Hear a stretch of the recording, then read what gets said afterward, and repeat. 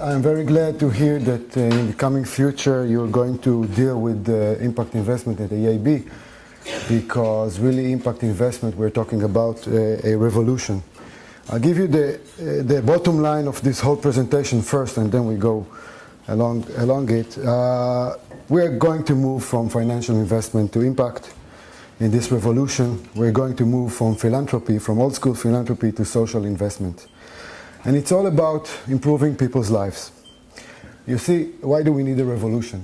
Social issues were always there. Social challenges and social problems were always there. In 1917, just 100 years ago, it was the first time that the government realized the power of philanthropy to deal with social issues. So they gave tax breaks to foundations, where they created the huge endowments in the US. Today we see in the US, and this really created modern philanthropy as it is. Today we see in the US some $800 billion in endowments and in foundations that are all meant to deal with social issues. In the 1940s, we saw the first instance, or the start, of what we call the welfare state. It started in Europe and in other countries.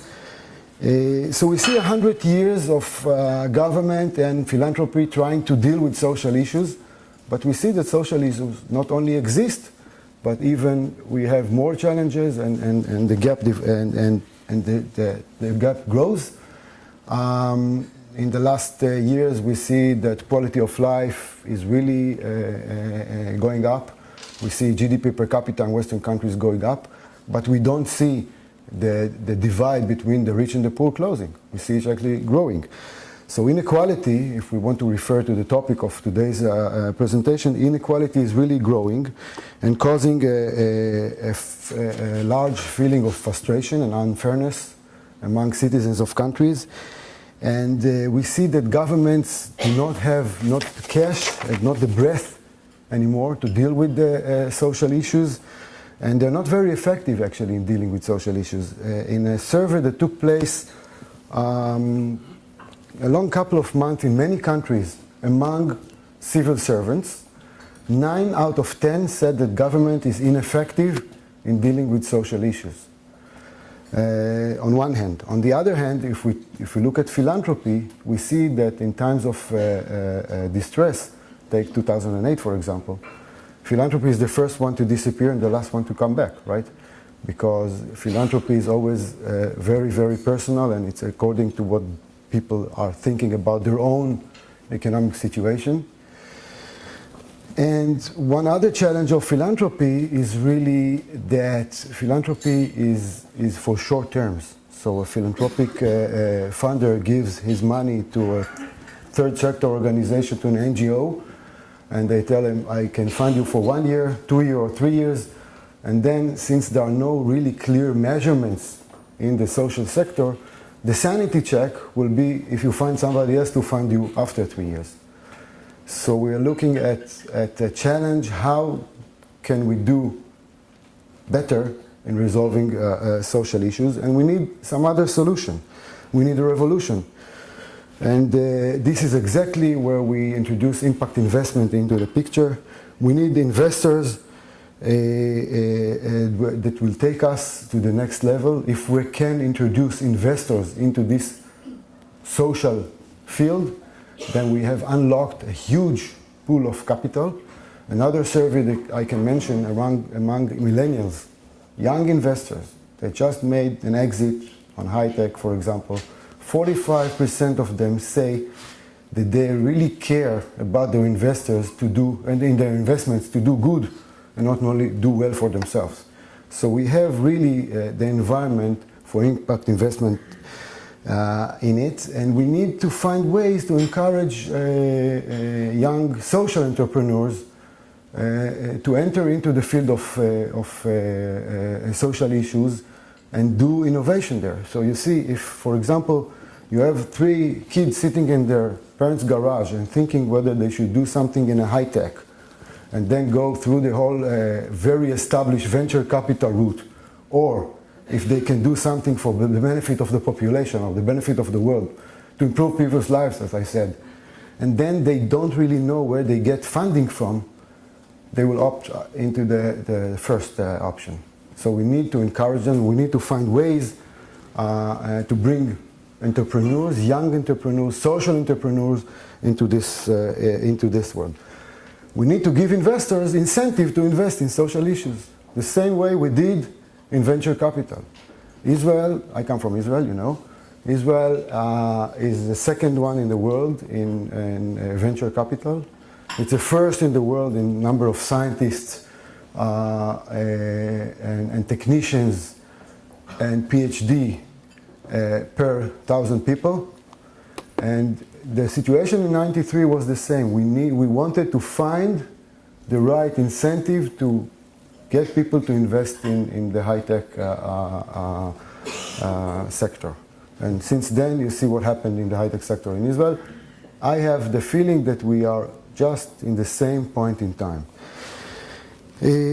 So in order to do this innovation, we need really to be able to supply capital.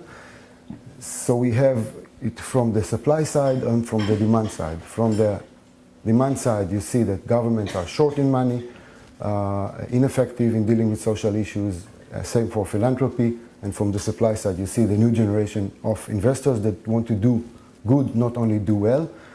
And if you look at this spectrum of capital, we can see that is really the whole area of investment. You can see on the left-hand side, you can see the old financial-only investment type that only care about financial return. You can see on the far right, philanthropy, old-school philanthropy that really does give money to get some social good. And in the middle, you see a whole gray area that is really around impact investment. Now, the first generation of impact investment is do no harm. We call it do no harm. You can think about investors. You probably know them very well. Some of you investors that will not invest in tobacco, that will not invest in arms company or porn, or companies that pay wages below minimum. And then you can think about the next generation of investors that really invest in the environment. They care about governance of the companies they invest in. And it goes on and on. But in the impact sector of this whole spectrum, you see two sides. You see one side that cares more towards financial return with deliberate measurement of social returns. And on the right side, you see a place where you see the sector where social returns really come first. So this is basically the whole spectrum of impact investment that we live in. I want to give you the story of what we did or what was done in the UK and what can we do here and other places in order to open your imagination to where can we take impact investment and how can we unlock huge pool of capital and use it for social issues, to fund social issues. So if we look at the demand and the supply side for capital in the impact investment area, you see some example of the social needs, and you see the demand side and the supply side. I'm not going to read my slides. You can read it for yourself, and if you want, we can send it to you later. And you can see there is a huge place for intermediaries. You know, in order to create a market, impact investment is a movement now. We want to move it into becoming a sector and then maybe it becoming a market. But in order to create a market, you need intermediary organizations in order really to be able to meet demand and supply. You know it, some of you work for banks, and these are exactly these kind of institutions, or investment bank, these kind of institutions that meet demand and supply. So Social Finance Israel, which is a member of the Social Finance Global Network that has a sister company in the UK and in the US, is really one of those, Israel's first social and financial intermediary. You need also, and this is very important, to create an enabling environment in order to promote a social investment environment. So we're talking about tax laws and basically regulation. It doesn't apply to each and all of the investment products there, but it applies to some if you want to unlock this capital. I'll give you a couple of examples. So if we want to really create a market a market has layers, as I see it. It has the layers of intermediaries, it has the layers of investors, and it has the layer of products. But let's start with the intermediary and give you an example of what they did in 2002. This is supposed to work, it doesn't, so I'll go back here.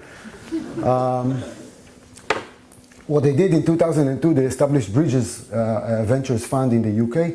Bridges Ventures Fund is investing only in the poorest area of the UK, and they deliberately measure social returns side by side with financial returns. Financial returns, by the way, come first. They established the fund with 20 million pounds from government, matched by 20 million pounds from private investors in 2002. A decade later, or a decade and a half later, they managed $1 billion. They just raised their sixth fund, and they were able to return over the years 15% IRR to investment steadily. So that's a nice return, I would say. And the reason is that these areas of social investment or environmental investment did not exist before. And you see effectiveness of the investment there. The growth is much higher with less capital. And it's very price sensitive. This is why it's very successful. I can give you an example of one, maybe an example of two of the investment that Bridges did in the UK. So, for example, the first one was the gym. The gym is a chain of gyms that is only started in the periphery of the UK, and it's a low-cost gym. Now it's a common idea, right? We all know low-cost gyms, but this was the first time they took the opportunity of low real estate prices. And they started this chain that has no premium facilities, no massage, no sauna, no steam room, no jacuzzi. It has a state-of-the-art machinery, and it doesn't have employees. If you want to register, you go online. If you want to meet your personal trainer, you do it via WhatsApp or a text message. And not only that now they brought healthy lifestyle to the periphery, but the cost per month for membership went down from £60 to $14.99. So that's one example of a good investment of Bridges Fund. The investment was around £500,000, and they did an exit for some $7 million a couple of years later. So it's pretty much a good investment. So that's maybe an example of an intermediary. If you have questions, maybe you can save them to the end or ask me in the middle, whatever is working for you, it's okay for me. And this was the first step early in the 2000s. But then we saw that the whole revolution that I'm talking about, which was much younger then, is really, we need to encourage it. Because at the end of the day, social returns are less attractive than financial returns, at least in those days. So we were seeking to see how can we create the ultimate investor, the fund of funds that will be able to fund those intermediaries, together with private investors as well. So what they did in the UK and what we do now in Israel is a very creative idea. What they did, they took all the dormant bank accounts that are separated from their owners for 15 years or more, unclaimed assets, and they used it as the first capital to create this ultimate investor. We're talking about £400 million, plus the four big British banks invested each additional £50 million, altogether £600 million, $1 billion that goes to what they call big society capital, a social investment bank that funds intermediaries like Bridges, like social finance, that do invest only in social issues. Now they have a very strict charter. They only invest in the lowest 15% of the economy and in the periphery. They are non-governmental. The government has a representative on the board with no veto power. And this was a real push to the social sector, because one other part of the regulations of big society capital was that they always invest co-invest with private investors.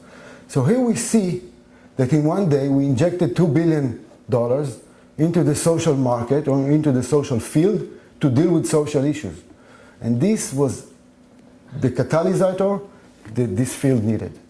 So we see now two layers of this whole market. We see the ultimate investor, we see an example of an intermediary.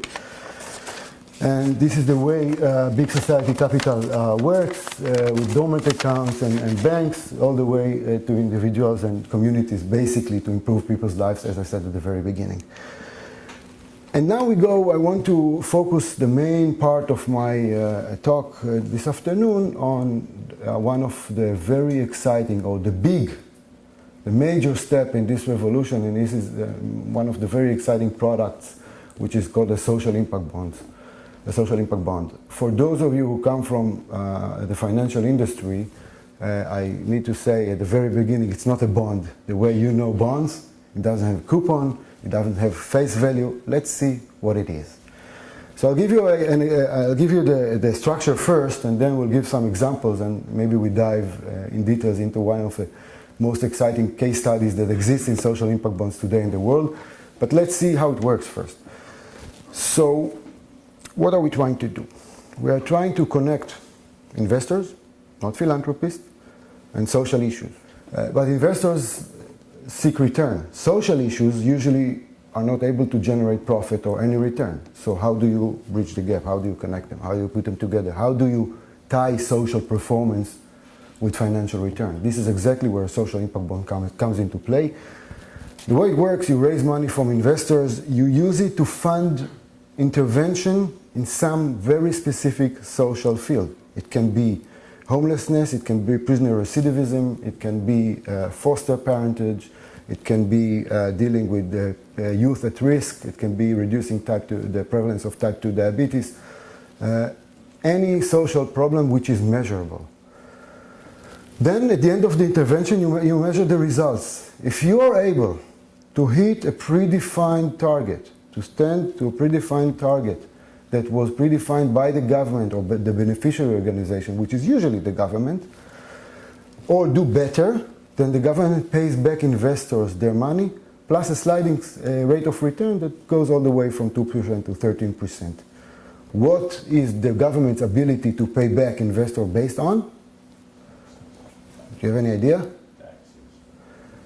Taxes, reducing taxes as an income, reducing in government expense on the other side. So basically, economic benefit that was created to government.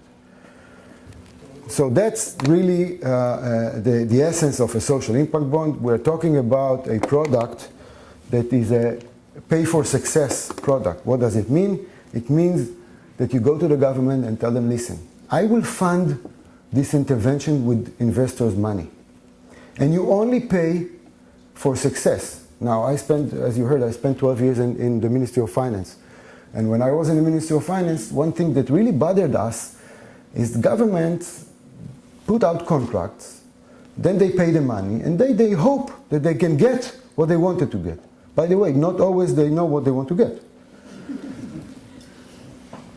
And suddenly you come to government and tell them, listen, you only pay for success. And not only you pay for success, you only pay if the success is better than what was before. So only because if you do the same that was before, they don't need you. They don't need this whole great idea of a social impact bond. So that's one thing. The other major part of the revolution is really you inject measurement into social issues. You see, I said it at the very beginning. Social issues in Israel and elsewhere, everywhere actually, are not very strong in clear metrics. They usually come from here, from this area of the body. They're going there because because philanthropists are now seeking to know what has been done with their fund, but still there's no real measurement or rigorous measurement within this field of philanthropy. Here, it's all based on measurement. You need to be able to measure and prove results for somebody to go and pay investors back their money. So that's the second part of the concept. The third part of the concept is really innovation. In order to get better results, you need to innovate. You need to do something that nobody did before, or in a different way, or in a more creative way, or tie two different players, put them together in order to create something that didn't exist before. So innovation in sector issues, in social sector issues, that's very important. And you see, what happened to the screen? Can you still see it? Yeah, it's okay. So it's a paradigm shift. We're talking about a paradigm shift for the pay for success. Our contract really transfers the risk from government to investors. This is why governments are supposed to like it. You know, I attended this morning a meeting when somebody told me, or a group of people told me, listen, we have a hard time to convince the government to go and do social impact bond. Why? Because government, when they see innovation, they first need to understand it and to check it and to verify it before they go in it. Plus, for those of you who come from the financial industry, there is one more merit for the investor themselves. So we're talking about an investor that is earning financial return. We're talking about an investment that is earning, so to speak, social return. And also, this is the only asset in your portfolio that has no correlation to any other thing. You know, they teach us in the university that you need to avoid correlation, right, between different financial assets in your portfolio, or to minimize correlation.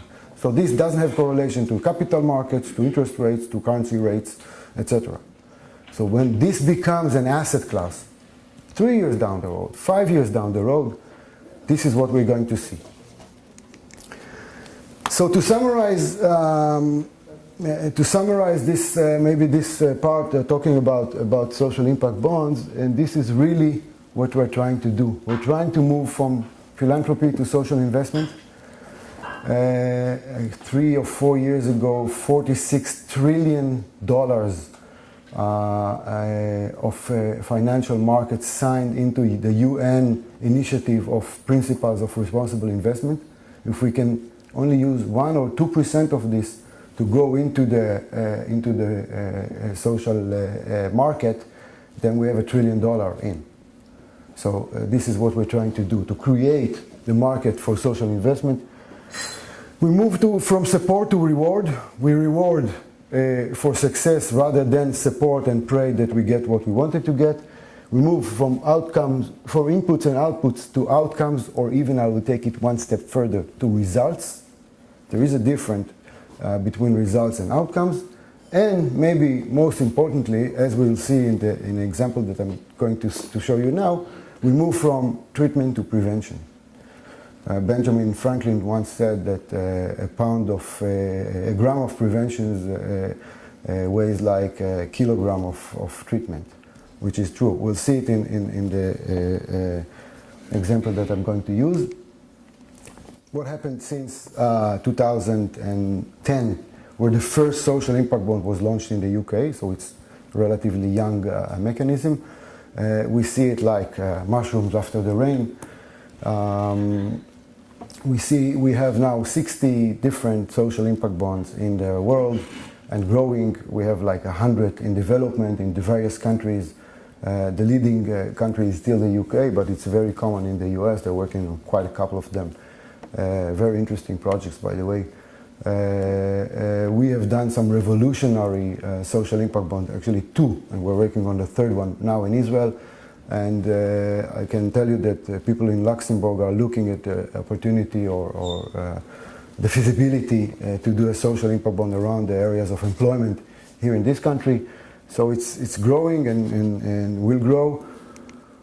And maybe I'll stop here for a minute for questions, and then yeah. Let's pause now for questions and then continue. Yes, please.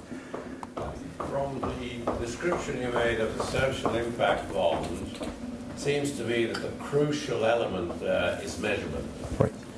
And perhaps you would like to elaborate a bit on this, because I can see, there is a danger of manipulation of results. Right. In any case, where you have reward-based and measurement of results. Right. So let's. Perhaps if you could tell us something about about that. Okay, I will use the example of the type 2 diabetes to answer your question. I just want to say first that social impact bond is good for areas where you can have clear measurement. It's not good for anything. I mean, it's not killing. We're not going to kill philanthropy. Philanthropy is not off the stage anymore. In my view, philanthropy is very, very important to deal with cases where you cannot measure, and there are many around. Take, for example, art. Take certain fields in education, where you see the results 25 years down the road. No investor will come and put their money for 25 years until you see the results, and there are some measurement challenges around there. And philanthropy can serve us as a risk capital to try things that we need to prove. Because the first question that I'm asked when I introduce a social impact bond to an investor is that, why do you think I'm going to get my money back? What is it based on? And I need to be able to demonstrate evidence-based process that led me to the conclusion that we can be successful on this issue. Okay, so the second social impact bond we just launched in March, very fresh, is around reducing type 2 diabetes. Let's look at this slide for a second. This is what happened to diabetes in the States in the last 25 years. So you see the light, it's much more impressive without the lights, trust me. So diabetes is becoming a global epidemic. We have in the world some 430 million people that are diabetic, plus it says 340, but it's actually 430, plus the same amount of people who are pre-diabetic. I'm talking about only type 2, which is responsible for around 90% of diabetes cases in the world. And pre-diabetics are those people in the population that if you feel good and you look good, you don't have any reason to go to your doctor and ask them, am I a pre-diabetic? Now, diabetes is a nasty disease where the later you discover that you're pre-diabetic and do something about it, the nastier will be the complications at the end, unless you're lucky. And some percentage are lucky and don't have any complications. And in the world, nobody is really doing anything with pre-diabetics because resources are always short, we're always in deficit, and we always do crisis management rather than prevention, so we're better off dealing with those who have the disease already, with diabetics rather than pre-diabetics. Imagine a CEO of a sick fund, or what do you call it here, health fund, that are in deficit, and they have a free $100, and they need to decide whether to invest it in prevention. But if they see the results, the positive, if it works, and if there are positive results, and if they see the results, it will be down the road 5 or 7 years. Not in their time, in their successors' time. They spend the money. Somebody else realizes the revenue. Or to use this $100 to do some crisis management. Somebody who is sick right now and here. The answer is clear, right? So nobody is really doing prevention. So what do? We're going to identify around 2,000 people in the database of the healthcare organization, the sick funds in Israel. Pre-diabetics in high risk. High risk means that if they do not do anything with themselves, 80% of them will become diabetic within 5 to 6 years.